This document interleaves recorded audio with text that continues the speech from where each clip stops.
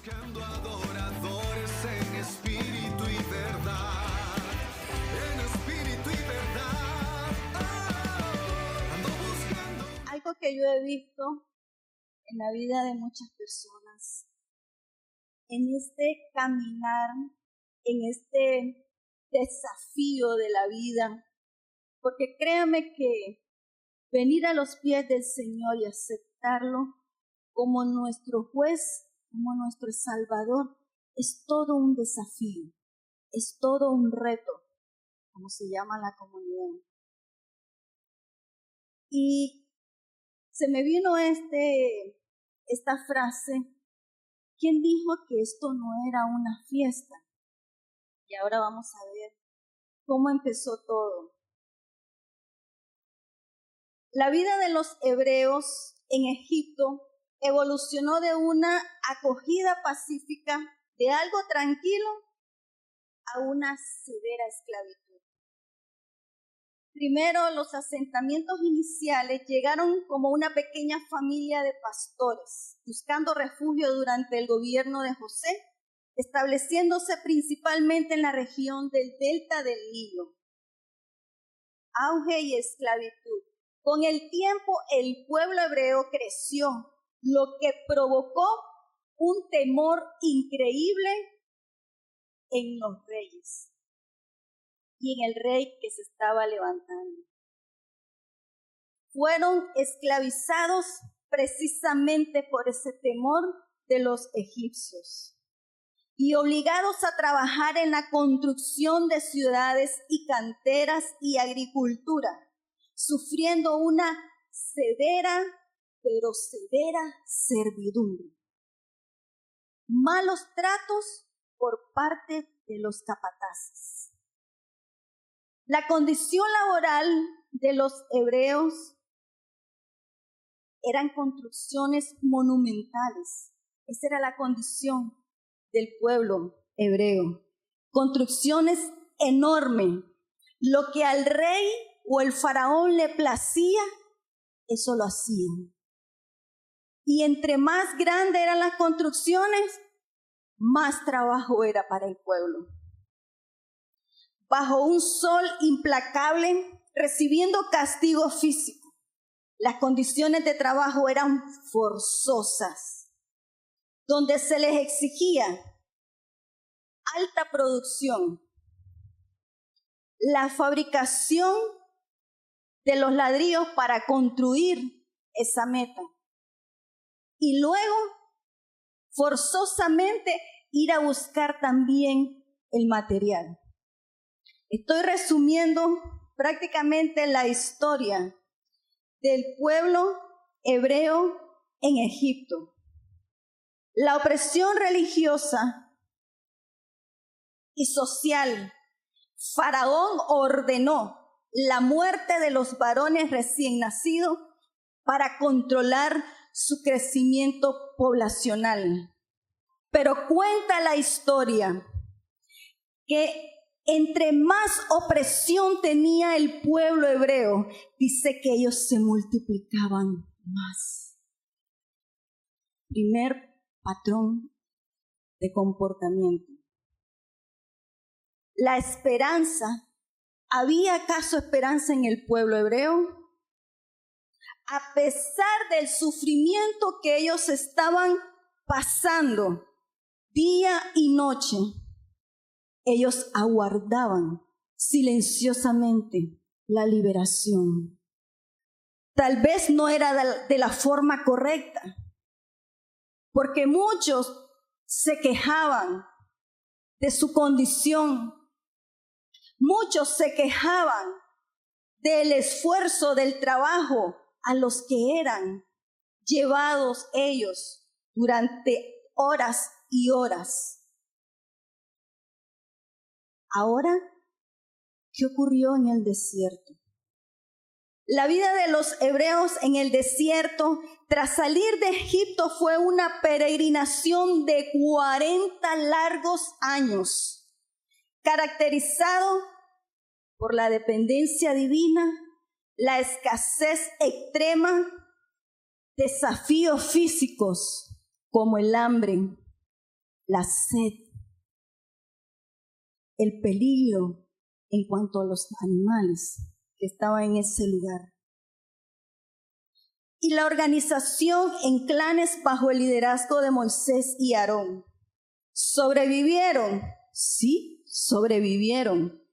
Gracias al maná, a las codornices, al agua que salió de la roca, pero principalmente porque centraron su vida en el tabernáculo, en la adoración al Eterno, a nuestro Padre Celestial. Pero ¿de qué se trata el desierto?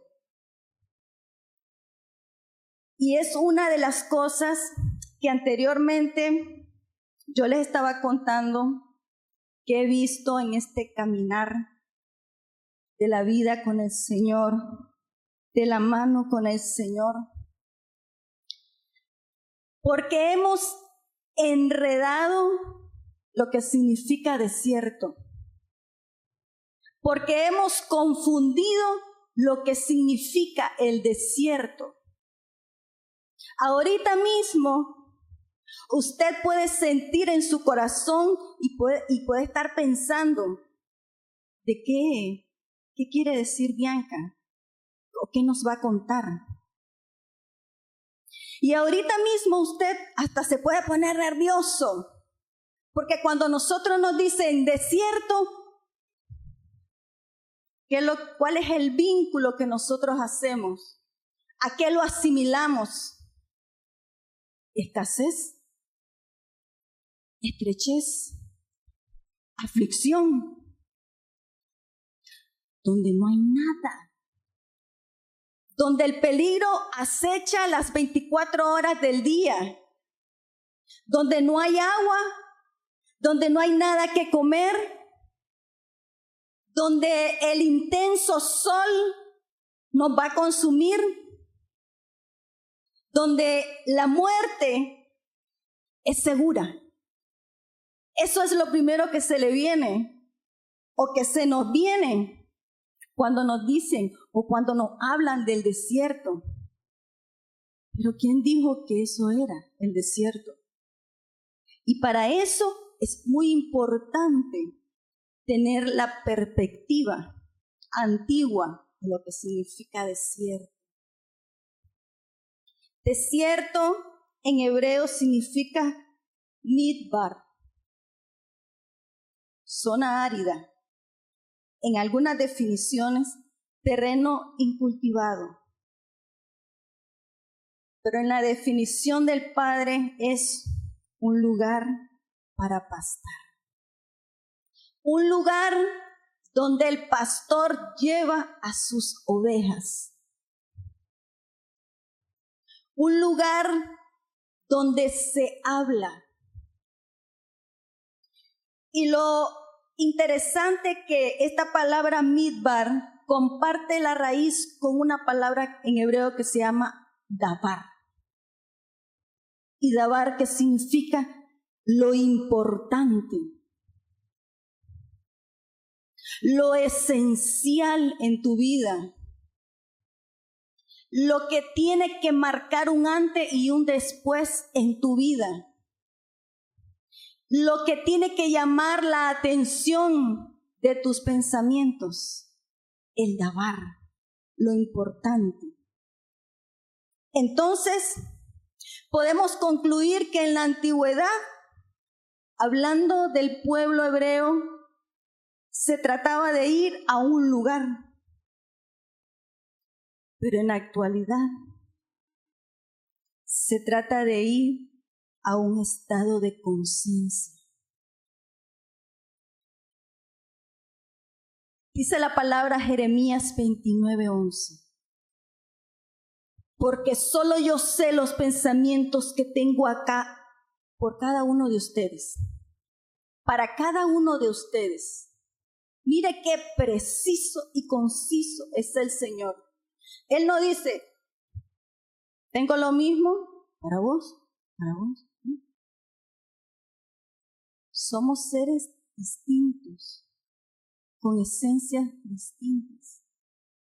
con pensamientos y habilidades distintos. Pero todos aquí, como la comunidad Reto que nos estamos reuniendo, cada habilidad empieza a sumar en este lugar. Porque no tendría sentido, bajo ninguna perspectiva tendría sentido que todos pensemos igual. Sería muy divertido, todos pensando igual.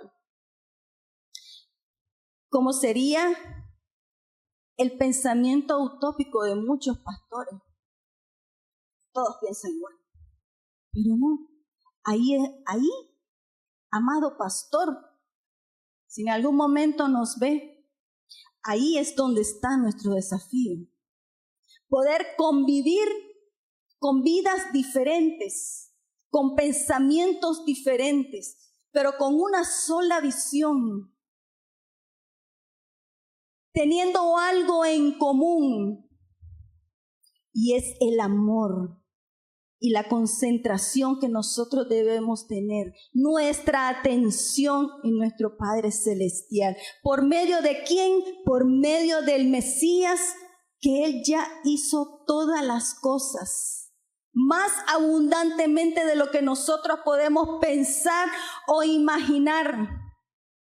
Pensar e imaginar es nuestra responsabilidad para tomar decisiones, para podernos expresar en este plano terrenal. Sí, claro que sí.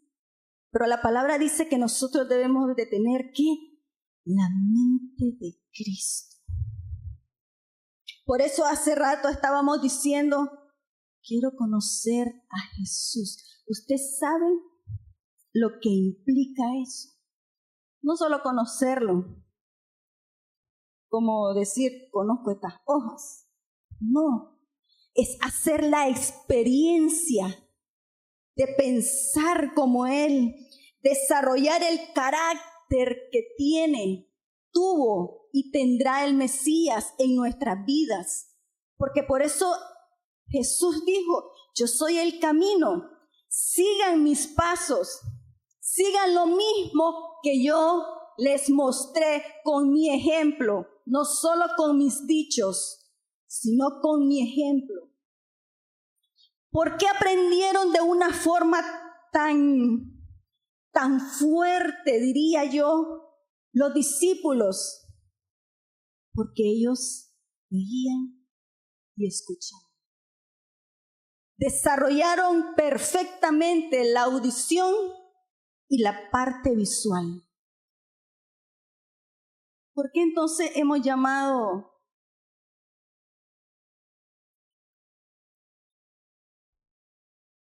el desierto como tal? ¿Por qué lo hemos definido de esa manera? Porque nosotros hemos implicado que las consecuencias de tus decisiones son como un desierto. Las consecuencias de cómo pienso, de cómo hablo, de cómo actúo, ese es el desierto. Recuerdo que en algún momento de mi forma de pensar, de hablar y de mi comportamiento con mi amado esposo, en algún momento él me preguntaba, mira, pero no te arrepentís, me dice, la forma en que actúas. No, le decía yo, no me arrepiento, le digo. Porque tal como lo que sentí en ese momento, empujado por cualquier emoción, soy responsable, le digo, de cómo actué, de cómo pensé y de cómo hablé. Entonces yo le decía a él que cuando yo vengo a conocer, ¿verdad?, diferentes comunidades, diferentes congregaciones, de repente yo escuchaba hablar a una persona dando su testimonio, su comportamiento, y decía, es que el diablo para acá, y el diablo para acá, y es que empujado, y es que usted sabe, y es que las debilidades, y es que lo...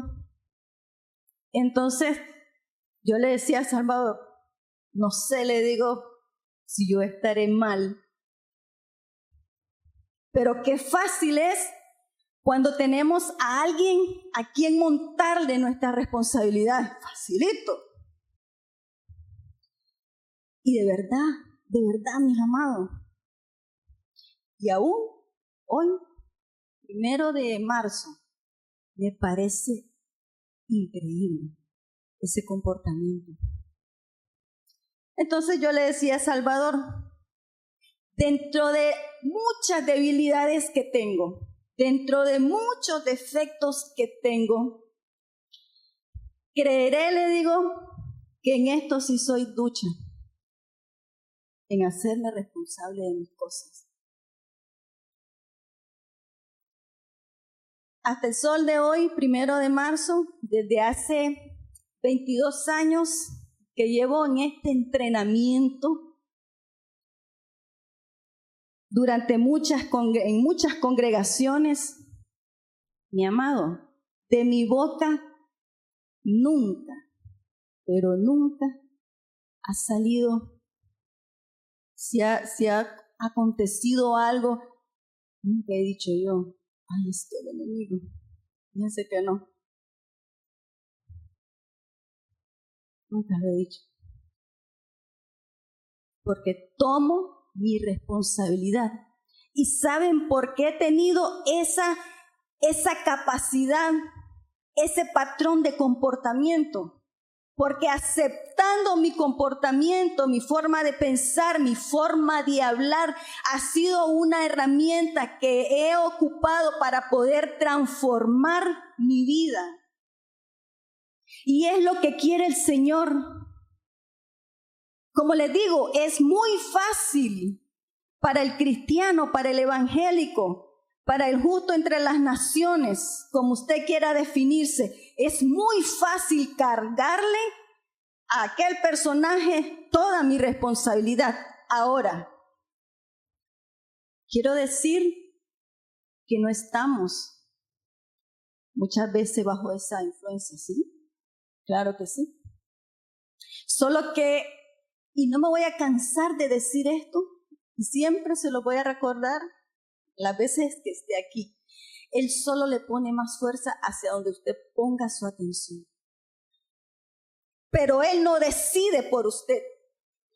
Él no decide cómo usted piensa, cómo usted habla, cómo usted se comporta. No, Él le pone fuerza a cómo usted piensa. Él le pone fuerza a cómo usted habla. Y Él le pone fuerza a cómo usted procede.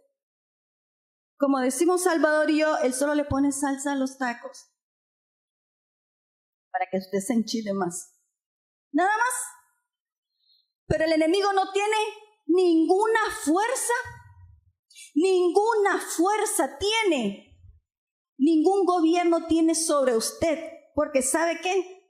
¿Sabe qué es lo más importante en una guerra? Y ahorita lo podemos ver. ¿Sabe cuál es lo más importante? 2 cosas en una guerra: territorio y recursos. Ese es el meollo de las guerras. Ese es el asunto de la guerra. No es que si un pueblo traerle paz o no paz. No. Eso es secundario. Lo importante en una guerra son las tierras, territorio y lo que tienen esas tierras, recursos. Entonces, para el enemigo es muy importante, ¿sabe qué? Sabotear su mente, su pensamiento. Ese es el bien que el enemigo procura matar, robar y destruir, como dice Juan 10:10. ¿A qué ha venido Él? ¿Y qué es lo que va a destruir? Su mente. Lo que usted tiene acá, la forma en que usted piensa, luego en la forma que usted habla y por último, cómo actúa. Si desde la forma en que usted piensa le da cabida a los pensamientos del enemigo, lo demás es historia. Cómo hable y cómo proceda, lo demás es historia. ¿Sabe que el enemigo no tiene que hacer mucho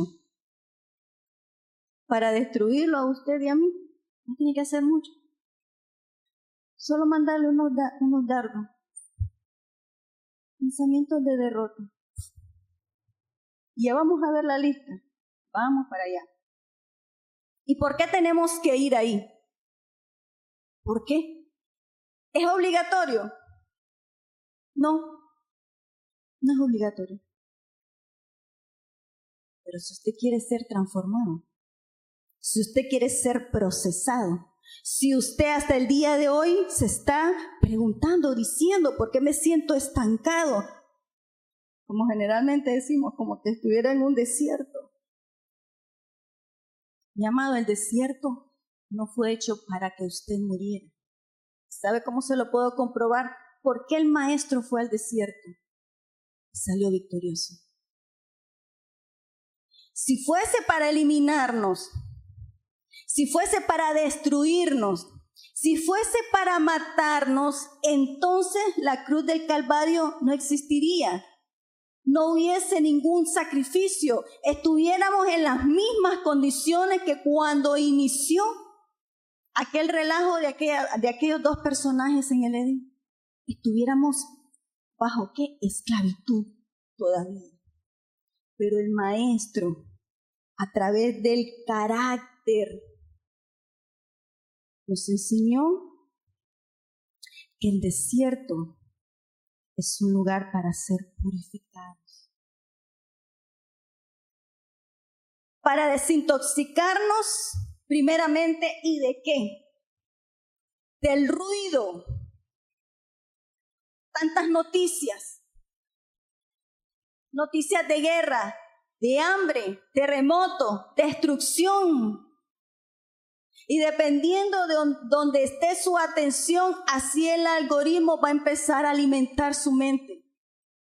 Si usted solo se la pasa viendo tal cosa, su inclinación, ahí va a estar su atención. ¿Qué es lo que dice la palabra? Donde está tu tesoro, está tu corazón. Donde está lo importante para tu vida, ahí vas a estar concentrado. Distracciones, opiniones externas, ídolo.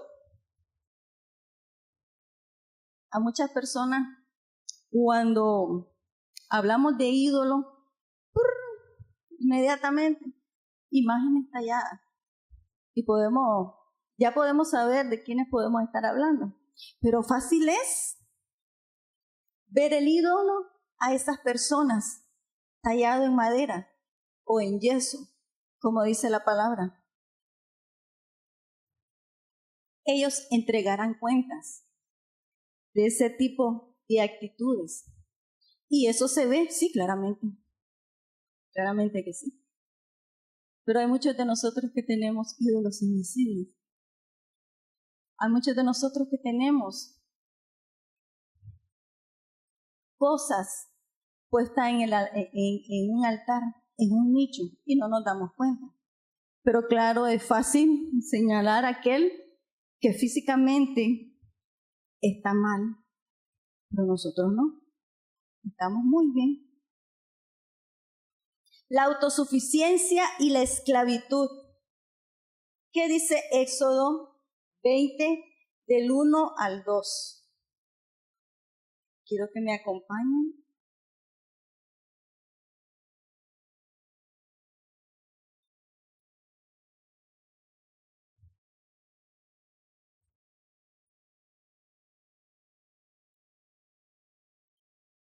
Y habló Dios todas estas palabras diciendo: yo soy Jehová tu Dios, que te saqué de la tierra de Egipto, casa de servidumbre. ¿Esclavitud? Sí.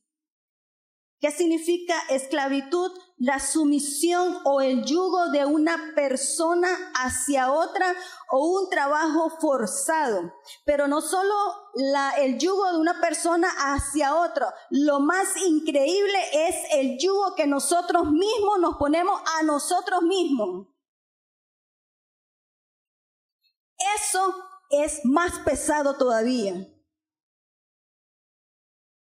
Porque a veces a duras penas podemos ver el yugo que otra persona nos pone, pero a veces no miramos el yugo que nosotros mismos nos ponemos, sea de pensamiento, sea de palabra, o sea de procedimiento o de acción, o la forma en cómo nos comportamos.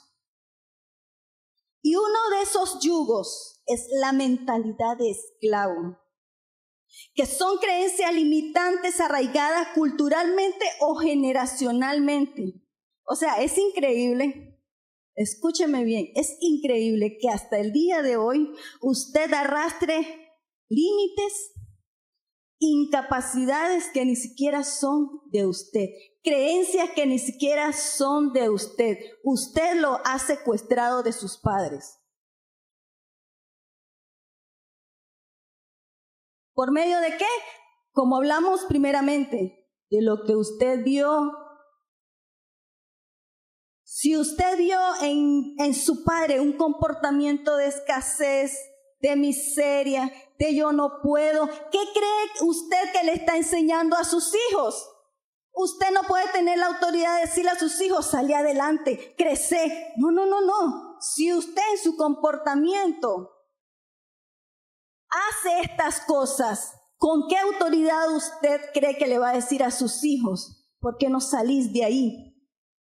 ¿Por qué no salís de esa miseria de pensar, de hablar y de actuar así? No puede porque usted tampoco lo hace.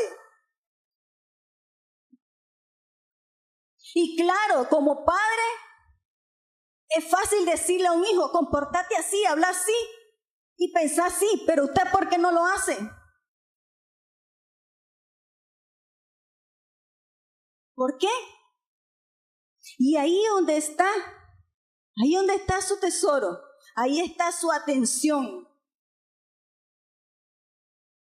La forma de vivir en ocasiones ni siquiera son propias. Usted tiene secuestrada un montón de tradiciones y creencias limitantes de escasez de sus antepasados. ¿No se ha dado cuenta? ¿No se ha dado cuenta que usted piensa como piensa la tatarabuela?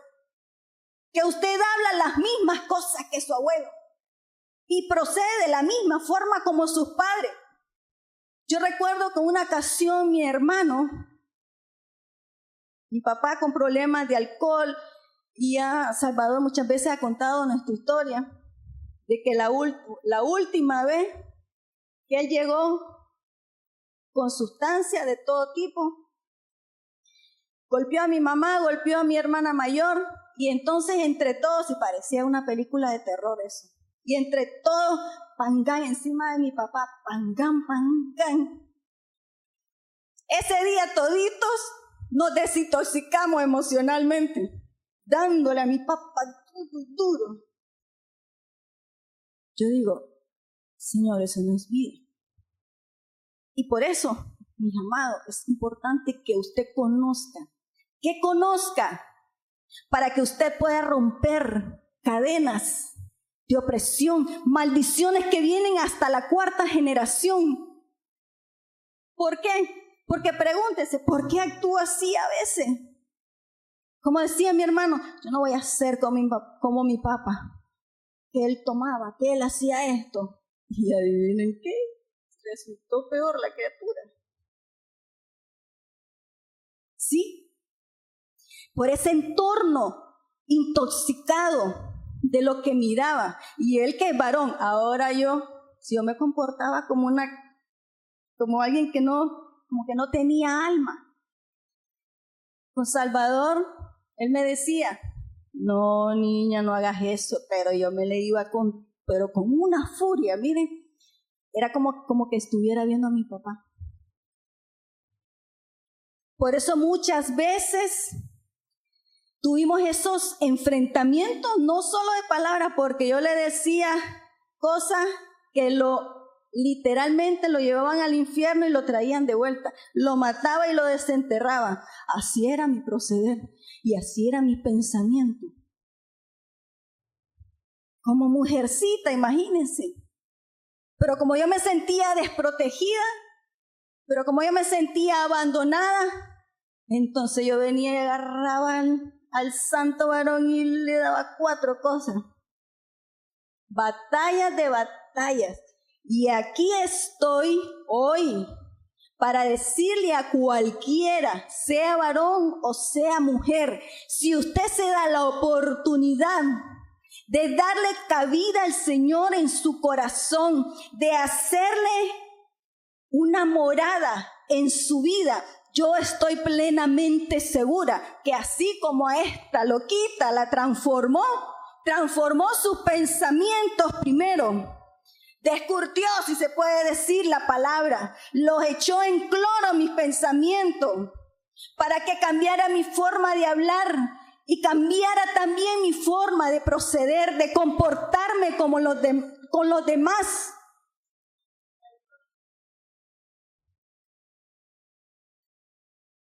Y eso impide el progreso personal. Por eso te sientes muchas veces estancado.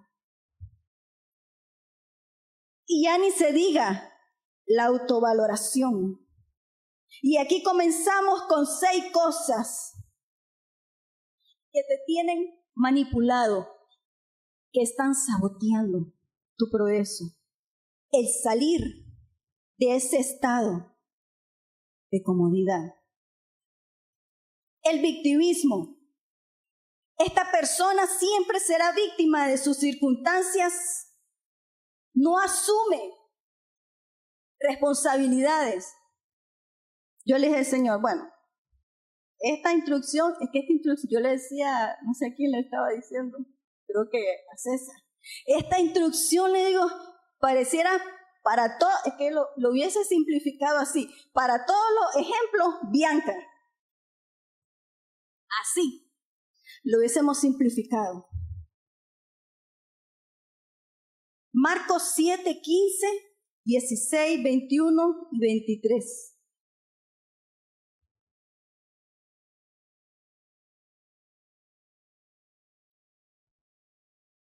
Mire lo importante de salir de ese pensamiento de esclavitud, de victimismo.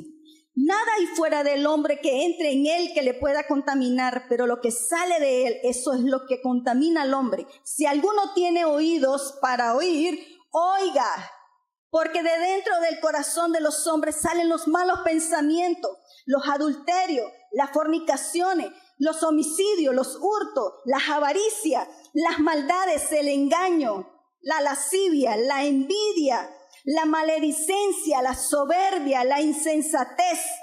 Todas estas maldades dentro de él salen y lo contaminan.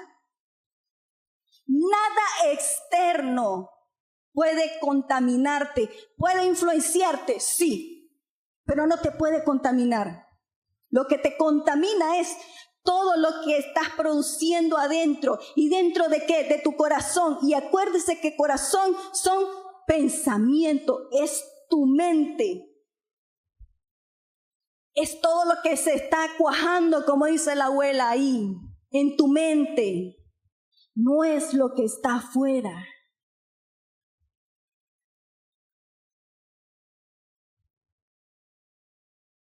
Conformismo. Acepta. Y miren, esto es increíble. El conformismo es poner la mediocridad como virtud. ¿Cómo salgan las cosas? Sin una grisma de superación.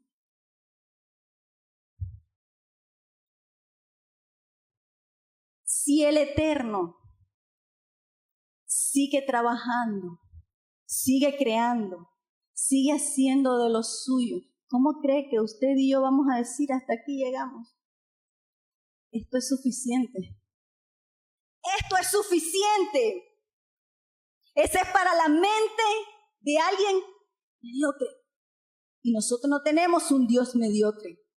Porque si tuviéramos un Dios mediocre, en el jardín del Edén, Él hubiese dicho, bueno, estas dos criaturas hicieron lo que no tenían que hacer, muerto el Bobby. Hasta ahí nomás llegaron. Hasta ahí nomás llegó esto. No me voy a cansar nunca de decir, si la intención del Señor de llevarte al desierto, a aniquilarte, lo hubiese hecho en el jardín. Yo le digo, Señor, de plano, usted y yo no hubiésemos ahorrado muchas historias. Ahí nomás. Aquellas dos criaturas le enredaron como quisieron. Ahí nomás, hizo facto. No hubiéramos ahorrado malas historias y malas intenciones, ¿sí o no? Pero como el Padre es sabio, el Padre no es mediocre, tiene mucho amor para dar, tiene mucha creatividad para dar, tiene muchos caminos, tiene muchos pensamientos, tiene muchos propósitos, visiones, sueños. Rete al Señor. Vamos, rételo. Salga de esa mente de víctima, salga de esa mente de mediocridad. Rete al Señor con sueños, pero no sueños que usted pueda alcanzar, sueños que usted no puede alcanzar. Porque si usted lo puede alcanzar, ¿qué trabajo va a hacer, papá? Ninguno. Miedo, desconfianza, temor al cambio. No tienen confianza en sus capacidades. Y ahí están las creencias limitantes de papá, de mamá, del abuelo, del tatarabuelo y del bisabuelo. Ahí vamos con los grilletes, con las historias de no puedo, no quiero, esto no me sale bien. No. Pero esta sí está buenísima y esa es una de las principales causas de estancamiento. La queja constante. ¿Qué es la queja? Que usted solo se enfoque en lo negativo. Que la perspectiva de lo que le está ocurriendo a su vida está en lo negativo. Es letal, es venenosa y eso sí puede llevarte a la muerte. A una muerte mental, a una muerte de propósito, a una muerte de sueño. Es horrible quejarse, porque quejarse es igual que murmurar. Y eso fue lo que más hacía el pueblo. En el desierto, el problema no es el desierto, el problema es lo que tú has creído acerca del desierto. Acerca de lo que te han contado del desierto. ¿Se acuerdan? Las creencias, las tradiciones. Porque han dicho, usted le pregunta a alguien, ¿y cómo está? Ay, amado, aquí en el desierto. Pero bueno, pero el Señor es misericordioso y nos amparamos en la misericordia del Señor. Porque le ha llamado a las consecuencias de tu forma de pensar, le ha llamado desierto. Eso se llama cosecha. Eso no se llama desierto. A las consecuencias de tu salud, llamada enfermedades, le ha llamado desierto. Eso se llama descuido a tu bienestar, terrorismo de tu salud. Terrorismo. Ustedes le dicen al Señor y oran por sanidad y dale a la machaca, y dale a la machaca, y dale a la machaca. No te estás dando cuenta que el problema está en tu alma. Y eso es lo que Comunidad Reto apela a tu alma. Porque si tu alma está equilibrada con los pensamientos del Padre, usted no va a tener necesidad de drogarse, de comer más de la cuenta. Usted va a sujetar su alma. Porque cuando tenemos la mente de Cristo, tenemos dominio propio, tenemos poder y amor. Tenemos esas tres cosas que para mí me parece increíble. Un personaje, si lo queremos llamar así, de hace 2000 y pico de años, teniendo esa templanza en la forma de pensar, en la forma de hablar y en la forma de actuar. A mí me parece increíble. Porque yo, que me encanta todo lo que es crecimiento personal, neurociencia, biología, todo lo que son ciencias, he visto muchos podcasts, he escuchado muchos conferencistas y cómo crecer y cómo esto, y de repente se me cae el banano. De repente uno vuelve y quiere tener esos pensamientos de escasez, de estrechez, de yo no puedo. Y vuelve uno a tener conversaciones con personas que no debe de conversar. Y uno le da rienda suelta a las cosas. Y uno le da rienda suelta al alma. No nos sujetamos y volvemos a esas actuaciones. Ayer mismo a Salvador le invitaron a un lugar. Y miren cómo es que si uno no presta atención, que eso es lo que quiere el Señor, que prestes atención, que hagas un stop en tu vida y observes cómo estás pensando, cómo estás hablando y cómo estás actuando, cuál está siendo tu cosecha ahorita. Y si la cosecha no está bien, cambiemos la semilla. Eso es sabiduría. Cambia tus patrones de comportamiento. Y entonces yo decía, bueno, primero, que no quería ir, pero ni siquiera no me había invitado, Salvador. Pero miren locura, aquí uno se hace la guerra. Y porque decía, es que sí vamos, porque el evento era de una siembra especial para el levantamiento de una iglesia, el edificio. Y entonces decía yo, y si voy a fuercita voy a tener que contribuir. Entonces mejor que que ni me diga nada. Pero después me puse a pensar, no quiero que vaya solo, dije yo. Entonces alisté la ropa, no me había dicho nada. Alisté la ropa y después yo pensé, ahora que me diga le voy a decir que no, ya le voy a hacer el pleito.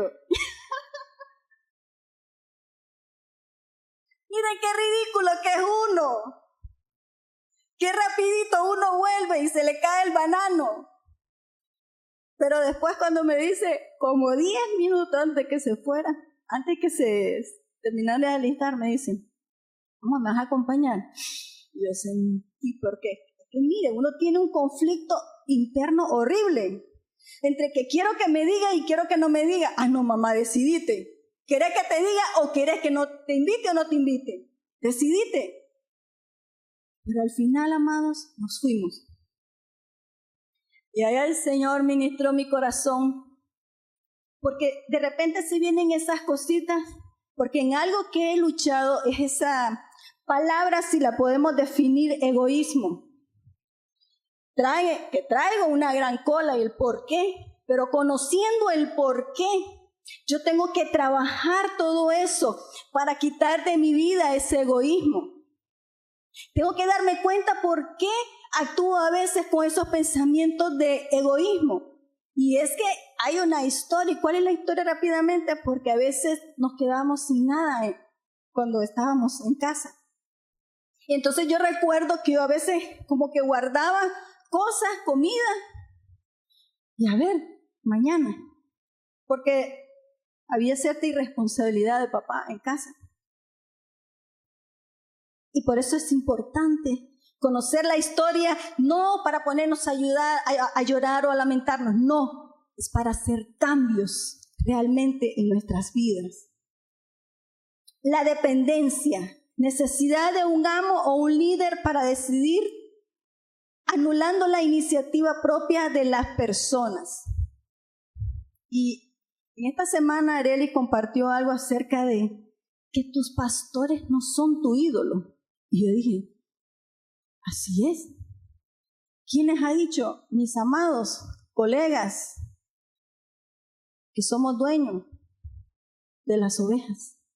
Si el pastor dice en Salmo 23:1, Jehová es nuestro pastor. Porque que quede algo muy grabado para Comunidad Reto. Salvador y yo funcionamos como pastores, como líderes, como la cabeza de este lugar, pero también somos ovejas como ustedes, que necesitamos que papá nos lleve al pasto a comer.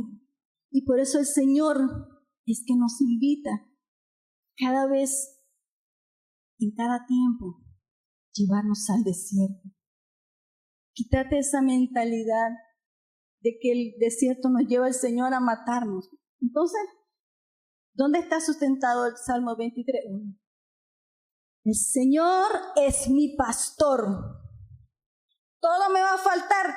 No, nada me hace falta. Porque si lo tengo a Él, y tengo su palabra, y tengo sus promesas, aunque pase por el valle de sombra y de muerte, mi alma no va a temer, porque su vara y su cayado me infunden aliento.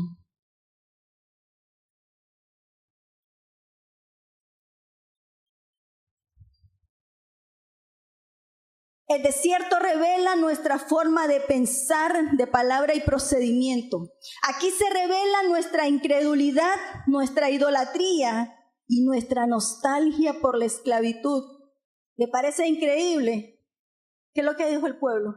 Después de 3 días tenían las criaturas de haber salido de Egipto.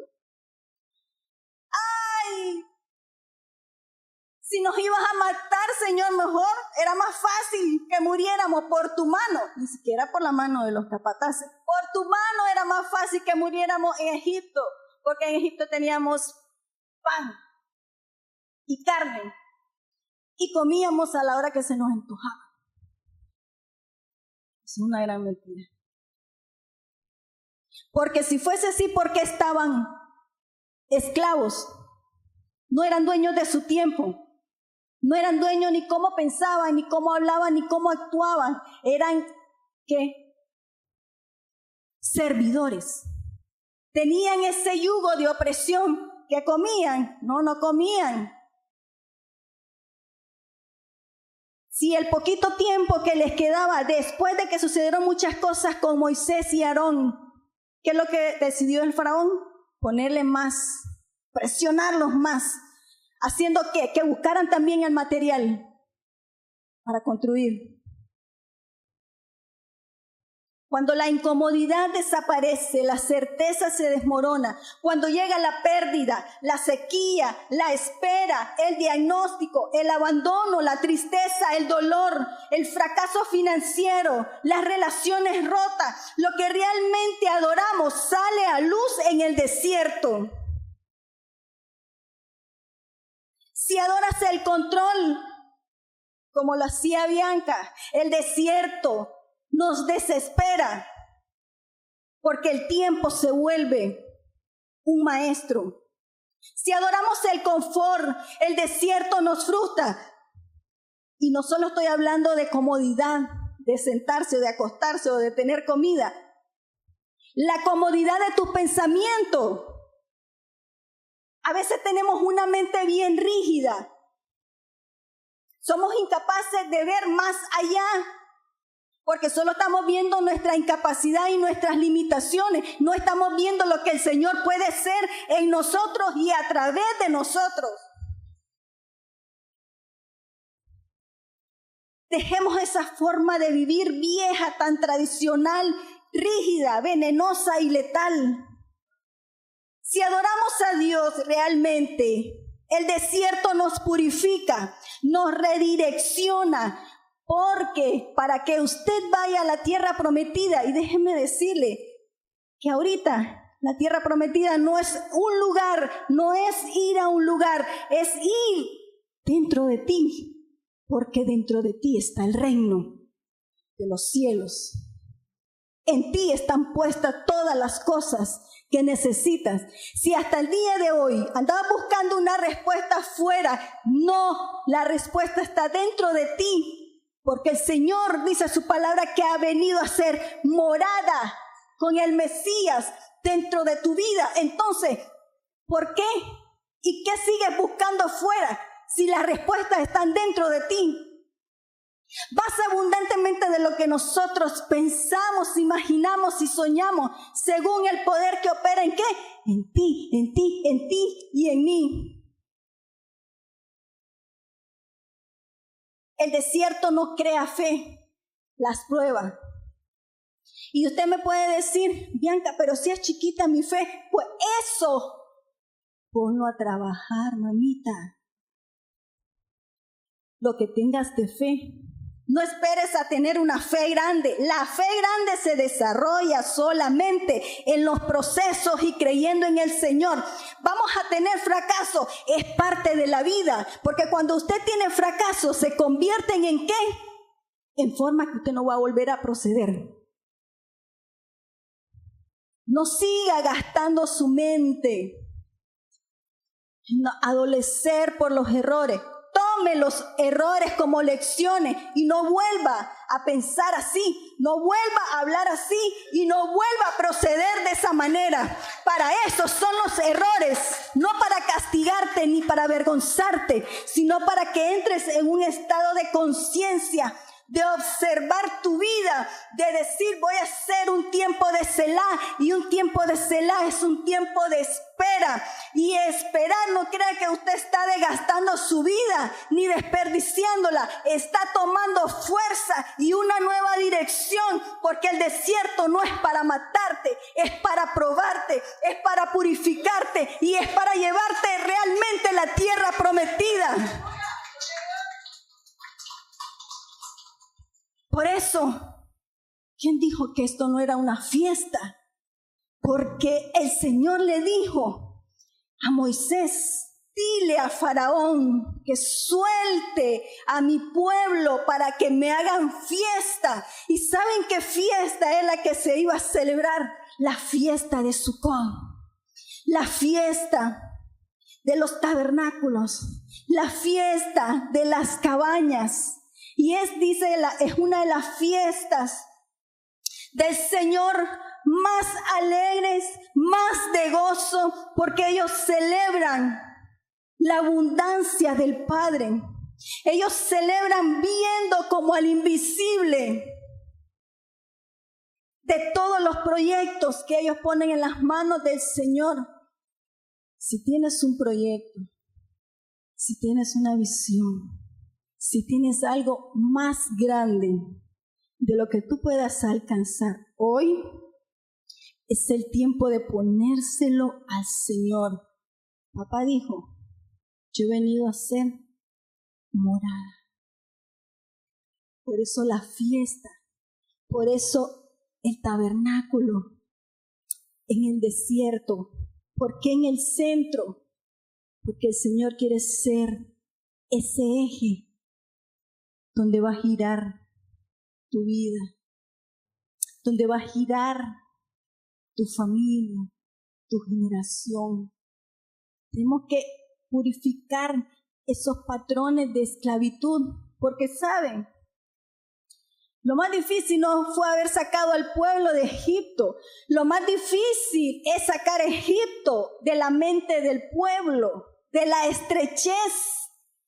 Porque Egipto es como que usted esté viendo un embudo. Ahí estamos, apenas respirando. El Señor no quiere que usted apenas respire.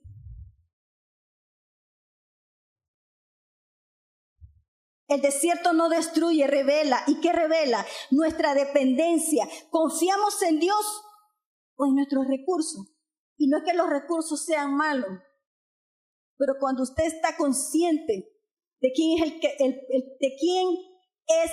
quién es el que le da el poder de hacer las riquezas y todo lo que usted hace, esa es una mayor conexión con el Padre. Nuestra identidad, ¿somos hijos que esperan y confían o somos esclavos que huyen? Nuestra adoración, ¿buscamos a Dios por quién es o por lo que nos da? ¿Y cómo lo aplicamos? ¿Qué ha revelado el desierto en tu vida? ¿Qué revela? ¿A quién clamas cuando todo falta? ¿Qué ídolos quedan expuestos cuando entramos en ese proceso? Al final, el propósito del desierto es transformar tu visión. ¿Por qué? ¿Qué es lo que el hombre ve? Lugar seco, sin vida, deshabilitado, muerte segura, abandono total, desesperanza. ¿Qué es lo que ve el Eterno? Un lugar para encontrarse contigo, un lugar de intimidad, un lugar especial, un lugar donde Él te va a alimentar, te va a dar tranquilidad, la tranquilidad que necesitas, la paz que necesitas, esa paz que sobrepasa todo entendimiento. Aún las cosas que no tienen sentido ni nombre para ti, en los desiertos, porque ahora conocemos verdaderamente lo que significa desierto. Y desierto es hacer una fiesta, es hacerle una morada a papá en tu corazón, en tu mente, cambiar tus pensamientos. El Señor quiere alimentarte, el Señor quiere protegerte, y no solo de lo externo, sino quiere protegerte de ti mismo. Transformarnos, prepararnos para nuevas etapas. Comunidad Reto, estos 3 años, y que damos las gracias al Señor por quienes nos han acompañado desde un inicio. Pero este 3er año marca una nueva temporada donde Comunidad Reto ha estado bajo el cuidado del Señor. Muchos han venido, otros se han ido. Muchos se van a sumar a esta visión de transformación, de renovación total e integral de nuestras vidas. Y la fortaleza en los procesos. Dijimos que las consecuencias de nuestras decisiones no tienen que ver con el desierto, ¿no? Eso es cosecha. Pero sí el Señor ocupa eso para purificarte también. Porque dice la palabra que a los que amamos al Señor, todo, y las malas decisiones también, Bianca, sí. ¿Y los errores también cuentan? Sí. Todo, dice el Señor, va a obrar para bien, porque es mi mano el que te sostiene y es mi fuerza, porque así como saqué a mi pueblo de Egipto con mano fuerte y poderosa, así yo voy a sacar tu vida de ese estado, de esa comodidad mental en la que has estado, para llevarte a nuevos territorios, a nuevas conquistas, a una fiesta, como dice el Señor, porque yo quiero que mi pueblo celebre su liberación. Quiero que se levante. Yo quiero que mi pueblo celebre su liberación, porque Egipto no fue sino una herramienta para que viéramos el poder del Señor. El desierto no fue más que un campo de entrenamiento para el pueblo, para que vieran mis maravillas, pero eso no es todo. Eso no es todo. Eso ya está en el pasado. Y miren bien, si pude hacer 10 maravillas en Egipto, si pude poner una columna de fuego y una nube en el desierto, buscando adoradores